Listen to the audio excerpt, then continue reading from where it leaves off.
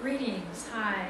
I'm here in Merida at Kanankil Institute with Papusa and Rocio, and they have asked me to talk about collaborative practices as political.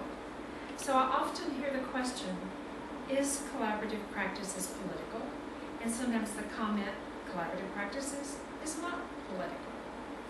Well, when I hear that question and that comment, I'm often assuming that one has to declare or define oneself or one's actions or speech as political. And I think that there are also risks that in trying to be political on purpose with an intent that you can impose your views and values on another, and that you can unwittingly, without intent, be in the process of trying to colonize another person or another group of people. So for me, I guess I think everything is political. It cannot not be political.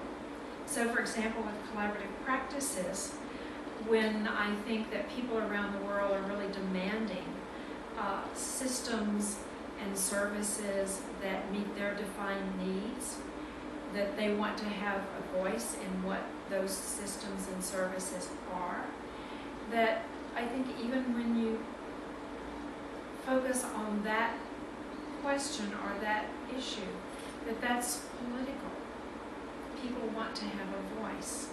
And then a question that's always in the background of my work and has been for years is, because of all of the changes in our world, and some days rapidly fast-growing changes, that how do we keep our practices in sync with these changes? In other words, how can our practices more adequately meet the demands of the people that we work with?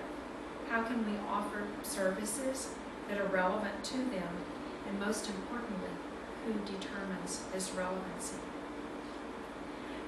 I think that's a political question.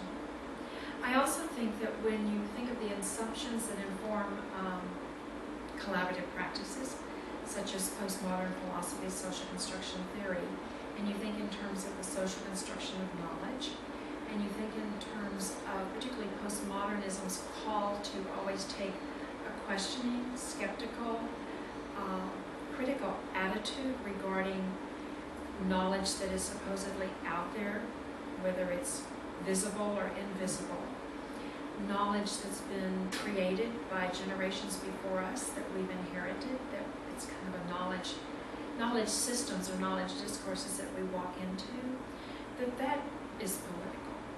And when I say question or take a critical position or be skeptical, I don't mean to say that any and all knowledge is not valuable and that some of it should be thrown away, because I really do not believe that. But that one is what you might think of as an informed consumer, and that you think about how come something is of value to you. What does it permit you to do? What does it not permit you to do? I also think that when you draw from these overarching universal truths or dominant discourses, whether those are social, political, or economic discourses, or whether those are the discourses of a practice such as psychotherapy, that again, these are inherited traditions that we have often accepted, and that we then begin to generalize from, and we begin to create categories of people. We begin to develop groups and kinds of people, or talk about them as if they belong to a particular kind or group or classification. And I think that that's political. The whole notion that there's such a thing as the average man or the average woman, and that one can do research which tells you what are the best practices for the average man or average woman, and forgetting the quote-unquote individual, the single person. And I want to insert that I'm talking about individuals in relationship, not individuals in a more modern or modernistic term. I think that that's very political. I think also the idea of working within a local knowledge system, working with local knowledge is also political, because that is honoring and respecting the expertise of the person that we work with or the group of persons that we work with. It's honoring and respecting their language, their truths, their values, their beliefs, and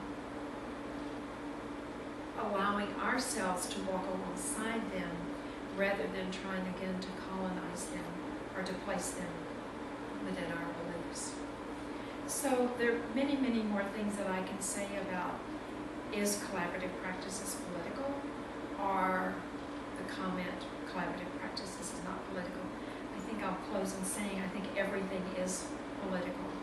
And I invite you to take a look at the International Journal of Collaborative Practices, where Papusa and Rocio and Saliha and Marcia have a very nice exchange with each other, which they are still continuing and will be another publication soon.